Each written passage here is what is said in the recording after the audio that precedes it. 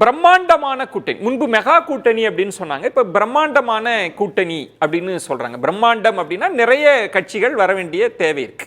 இப்ப நீங்க அரசியலை கூர்ந்து கவனிக்கக்கூடியவர், இப்ப மதிமுக போகுதுன்னா அதுக்கு முன்னாடியே அதிருப்தியை வெளிப்படுத்துவாங்க. ஆனா திமுக கூட்டணி கட்சிகள்ல ஆப்ஷன் இருந்தும் கூட அப்படி அதிருப்தியை வெளிப்படுத்தல. இந்த கூட்டணியில் தான் இருப்போம், 26 நிச்சயம் இந்த கூட்டணி தொடரும்னு சொல்லிட்டே இருக்கிறாங்க. விஜய் அவர்கள் மறுக்கிறார். ஒரு பத்திரிகையில் வந்தது, துணை முதல்வர் முதல்வர் இவ்வளவு சீட்டு 117 110 போட்டப்ப அவங்களும் மறுத்துட்டாங்க. அப்படின்னா இபிஎஸ் அவர்கள் நம்பிக்கையோடு சொல்றார் 26ல பிரம்மாண்ட கூட்டணி, நீங்கள் விரும்புகிற கூட்டணினா என்ன கணக்கு சுவாமிநாதன்?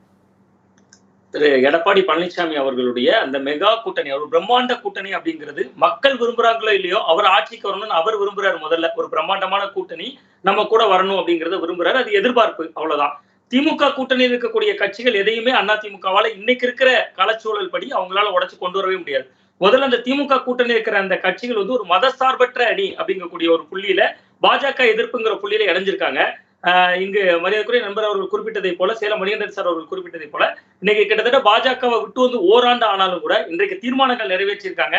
அந்த தீர்மானத்துல எந்த தீர்மானத்திலையும் ஒரே நாடு ஒரே தேர்தல் மசோதா இப்ப ரொம்ப பரபரப்பா பேசப்பட்டு வருது. அதை கூட கண்டிச்சு அவங்க தீர்மானம் நிறைவேற்றல. அப்புறம் எப்படி திமுக கூட்டணிக்குள்ள இருக்கக்கூடிய கட்சிகள் இவங்களை நோக்கி நகர்வாங்க அப்படிங்கறத நம்ம எதிர்பார்க்க முடியும். ஒண்ணு. ரெண்டாவது, 2 விஷயங்கள் மத்திய அரசை வலியுறுத்துகிறேன்னு அந்த வார்த்தை பயன்படுத்தி இருக்காங்க. கண்டிக்கிறவங்கிற வார்த்தை கூட இல்ல. 2 விஷயங்களும் வலியுறுத்துறாங்க. ஒண்ணு வந்து மத்திய அரசினுடைய திட்டங்களுக்கு இந்தி பேர் வைக்காதீங்க, ஆங்கிலத்துல பெயர் வைங்கிறத வலியுறுத்துறாங்க. அதே மாதிரி இன்னொரு ஒரு விஷயம், ஏதோ ஒண்ணு நிதி பகிர்வு விஷயத்தை குறிப்பிட வரும் பொழுது தமிழகத்துக்கு போதிய நிதியை தரணும் அப்படிங்கிறத வலியுறுத்துகிறோம் அப்படின்னு ஒரு மென்மையான போக்கு தான் கையாளுறாங்க. சோ இந்த மாதிரி ஒரு மென்போக்கை கையாளுறப்ப திமுக கூட்டணிக்குள்ள இருக்கிற கட்சிகள் 100% இவங்களை நோக்கி இடம்பெயராது, வாய்ப்பே கிடையாது. அப்ப அதிமுக அவர் நினைக்கிற பிரம்மாண்டமான கூட்டணிங்கிறது அவருடைய அடுத்த சாய்ஸ். தொண்டர்கள் விரும்புறாங்க அப்படிங்கிறது வந்து எளிமையிலே உண்மையிலேயே அதிமுக தொண்டர்கள் பல பேர்கிட்ட பேசுறப்ப அவங்களுக்கு ஒரு மனநிலை இருக்கு, எப்படியாவது நம்ம விஜய் கட்சியோட சேர்ந்துருச்சுன்னா நம்ம ஆட்சிக்கு வந்துடலாம் அப்படின்னு. விஜய் அவர்களை பொறுத்தவரை சினிமால நம்பர் 1 இருக்காரு. அவர் ஏன் வந்து அரசியல நம்பர் 2 இருக்கணும்னு விரும்புவார்? அவர் இப்படி விரும்பவே மாட்டார். அவர் தெளிவா ஒரு அறிக்கையும் விட்டுட்டாரு. இன்னும் சொல்ல போனா கிட்டத்தட்ட ஒரு இவ்வளவு பெரிய 2016 சட்டமன்ற தேர்தலில் தனித்தே போட்டியிட்டு ஒரு தனி மெஜாரிட்டியோட ஆட்சி கட்டில அமர்ந்த அண்ணா திராவிட முன்னேற்ற கழகம் என்று சொல்லக்கூடிய 2 கோடி தொண்டர்கள் இன்னைக்கு இருக்கிறதா சொல்லிக் கொள்ளக்கூடிய 60 லட்சம் குடும்பங்கள் இருக்குன்னு எடப்பாடி பழனிசாமி அவர்கள் பேசுறாங்க. அந்த 60 லட்சம் என்று ஒரு 4 பேர் ஓட்டு போட்டாலே, கிட்டத்தட்ட வீட்டுக்கு 4 பேர் 5 பேர் ஓட்டு போட்டாலே 2 கோடி ஓட்டு பெற்றலாம். கிட்டத்தட்ட 8 கோடி மக்கள்ல 4ல் 1 பங்கு ஓட்டு அது. தனித்தே அவர்களால் ஆட்சி அமைக்க முடியும். அப்படின்னா அந்த டேட்டாவே அவங்க முதல்ல அனலைஸ் பண்ண வேண்டிய தேவை இருக்கு. அப்ப இப்ப பிரம்மாண்ட கூட்டணின்னு அவர் சொல்றது, அவருக்கு இருக்கிற ஒரே சாய்ஸ் வந்து பாஜக பக்கம் இருக்கிற கட்சிகளை தங்கள் பக்கம் நகர்த்துறது மட்டும்தான் அவரோட ஒரு அஜெண்டாவா இருக்க முடியும். ஏன்னா அவர் பாஜக கிட்டையும் ஒரு மென்போக்கு கையாளுறாரு. இன்னொரு விஷயம் கூட சொல்லலாம். இப்ப நான் வந்து சொல்றது மிகையா இருக்கலாம், சேலம் மணிகண்டன் சார் அவர்களா இருக்கலாம், அதிமுக ஆதரவாளர்கள் கூட எதிர்க்கலாம். ஒரு கட்டத்துல சிறுபான்மையினர் ஓட்டு உங்களுக்கு விழல. அதிமுக பாத்துட்டாங்க, தேர்தலை பேஸ் பண்ணி பாத்துட்டாங்க. கிட்டத்தட்ட ஒரு 1.5 ஆண்டுகள் பிரிஞ்சிருக்காங்க. எந்த சிறுபான்மையினரும் உள்ள வரல, புதுசா வந்து இணையல. அந்த கட்சியினுடைய அவைத்தலைவர் தமிழ்மகன் உசேன் அவர்கள் வந்து இன்னைக்கு ஒரு சிறுபான்மையினர் இருக்காரு. அந்த மாதிரி நிர்வாகிகள் இருக்காங்க. சிறுபான்மையினர்ல இருக்கக்கூடிய ஏற்கனவே அதிமுக இருந்த கட்சியினருடைய குழந்தைகள் பிள்ளைகள் வேணா உறுப்பினரா இருக்காங்க. புதிய சிறுபான்மையினர் ஈர்க்க முடியல. அப்ப அவருடைய பிரம்மாண்ட கூட்டணி கணக்குக்குள்ள ஒரு பாஜக கூட்டணிக்குள்ள இருக்கக்கூடிய கட்சிகளை இழுத்துட்டு வர்றது இருக்கலாம், அல்லது ஒரு கட்டத்துல வேற வழியே இல்லாம பிரகாஷ் சார் அவர்கள் குறிப்பிடுறதை போல தேர்தல் நேர நெருக்கடிகள் வர்றப்ப பாஜக கூட்டணிக்குள்ளேயே இது தலைமை வைக்கக்கூடிய ஒரு கட்சியா இருந்தா என்ன, நான் கேட்கறதுல வந்து இதுல கடுமையான விவாதங்கள் கூட வரலாம். இல்ல 2 கேள்விகள் சுவாமிநாதன், இதுல 2 கேள்வி இருக்கு. பாஜக கூட்டணியில அப்படின்னா பாமகவை அழைக்க வேண்டியிருக்கு. அப்புறம் ஓபிஎஸ் அவர்கள், தினகரன் அவர்கள் இருக்கிறாங்க. பிற கட்சிகள்லாம் ரொம்ப தீவிரமா பாஜக ஆதரவு நிலைப்பாட்டுல இருக்கிறவங்க தான். அப்ப நீங்க சொல்றது பாமகவை அழைச்சிட்டு வர போறாங்களா? முதல் கேள்வி, பிரம்மாண்ட கூட்டணியில பாமக இருக்க போகுதா அப்படின்றது. இப்ப நீங்க சொல்றது ஒருவேளை பாஜகவோட இவங்க போக போறாங்களா? பிரகாஷ் அவர்கள் சொன்ன மாதிரி அதை கோடிட்டு காமிக்கிறேன். அதுலதான் எனக்கு ஒரு கிளாரிட்டி.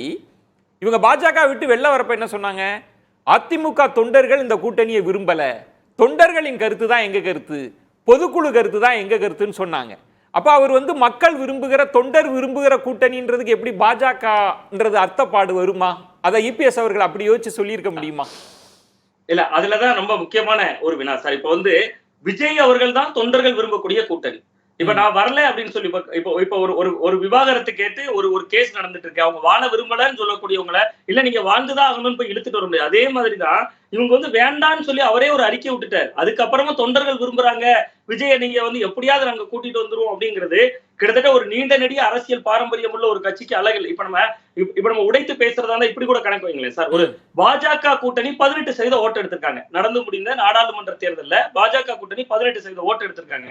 அண்ணா திராவிட முன்னேற்ற கழகம் தனித்து போட்டியிட்டு பிரபலமில்லாத வேட்பாளர்களை நிறுத்தி யாருமே களத்துல தெரிந்த முகங்களை கூட நிறுத்தல, முன்னாள் அமைச்சர்கள் களம் காணல, முன்னாள் சட்டமன்ற உறுப்பினர்கள் அளவுக்கு கூட பெரிய வேட்பாளர்கள் யாருமே பெரிய அளவுல களம் காணல. அப்படி இருந்த பொறுமை 20% ஓட்டு எடுத்திருக்காங்க. இது ரெண்டையும் கூட்டினாலே 38% வருது.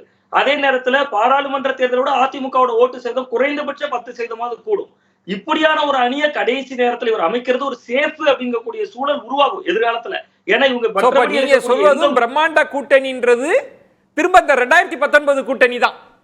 கண்டிப்பா அதை தாண்டி அவரால் அமைக்க முடியாது. அதுக்கு மேல அதிமுக தயாரா இருக்காங்கிறது நமக்கு தெரியாது. அவரை அமைக்க முயற்சி செய்தால் அமையக்கூடிய கூட்டணி இது ஒன்னாதான் இருக்க முடியுமே ஒழிய திமுக அரசியல் போக்கையே புரிஞ்சுக்க முடியலையே சுவாமிநாதன். இப்ப அதிமுக அரசியல் போக்க பார்த்தா ஒரு 1.5 வருஷம் 2 வருஷம் இப்ப சேலம் மணிகண்டன் சொன்ன மாதிரி நாங்க பாஜகவோடு கூட்டணி இல்லைங்க, நாங்க வெளியில வந்துட்டோம் அப்படின்னு சொல்வதற்காக பாடுபட்டாங்க. இப்ப திரும்பவும் சேர்றாங்க அப்படின்னா அடுத்த 1.5 வருஷம் சேர்றதுக்காக பாடுபடுறதுன்னா இது புரியலையே. இல்ல சார், ஒரே நாடு ஒரே தேர்தல் இன்னைக்கு கண்டிச்சிருக்கணும்ல சார். இன்னைக்கு மக்களவையில அது மிக முக்கியமான புள்ளியா இன்னைக்கு வந்திருக்கு. ஒரே நாடு ஒரே தேர்தல அதிமுகவோட நிலைப்பாடு என்ன? இன்னைக்கு அவங்க இன்னைக்கு ஒரு நீங்க சொல்வது அந்த அணிதான் சொல்றப்ப இப்போ சுவாமிநாதன் ஒரு பத்திரிகையாளரா பார்க்கிறப்ப திரைமறைவுல பேச்சுவார்த்தை தொடங்கிட்டோம். சேலம் மணிகண்டன் சொல்றாரு அடுத்த டிசம்பர் பேசுங்க, விவாதத்துக்கு வாங்க, நான் சொல்றேன் பிரம்மாண்ட கூட்டுனா அப்படி ஏதோ டாக்ஸ் போயிட்டு இருக்கா? இவங்களோட எல்லாம் பேச ஆரம்பிச்சிட்டாங்களா இல்ல தொண்டர்களை உற்சாகப்படுத்துறதுக்காக இப்படி பேசுறாங்க? இல்ல, அதிமுக தொடர்ந்து திரைமறைவுல பேசுவாங்க. அந்த முயற்சிகள் நடக்கும். முயற்சிகள் ஜெயிக்கிறோம்ல. 2024 பாராளுமன்ற தேர்தல் இப்படிதானே சார் முயற்சிகள் நடக்குது. பேசுறோம் பேசாத அவரே சொல்றாரு. முன்னாடி பேசி நான் இப்பவும் சொல்றேன் சார், பாஜகவோடு இவங்க சேர்ந்துருவாங்க நான் சொல்லல. கடைசி வர வழி இல்லைன்னா அதுதான் ஆப்ஷன். இது பிரம்மாண்ட கூட்டணினா இது மட்டும்தான் ஆப்ஷனா இருக்கு. இது மட்டும்தான் ஆப்ஷனா இருக்கு.